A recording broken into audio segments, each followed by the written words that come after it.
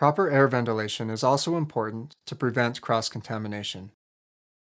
Ventilation is the process of changing or replacing air to control temperature, or to remove any combination of moisture, odors, smoke, heat, dust, airborne bacteria, fumes, and carbon dioxide, or simply to replenish oxygen.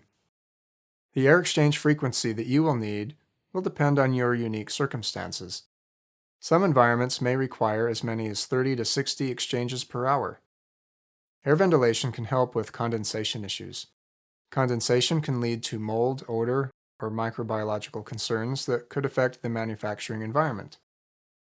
Air ventilation can also help to vent harmful vapors.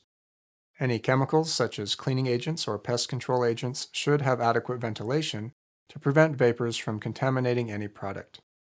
If you employ a solvent in your manufacturing process, then fumes from the solvent will need to be ventilated. Proper air ventilation also serves to keep product dust from settling and attracting microorganisms or pests. Product dust, when cross-contaminating with other product dust, could cause serious health concerns for consumers who may be allergic to one of the products. Examples include areas where there is mixing equipment or seasoning that occurs.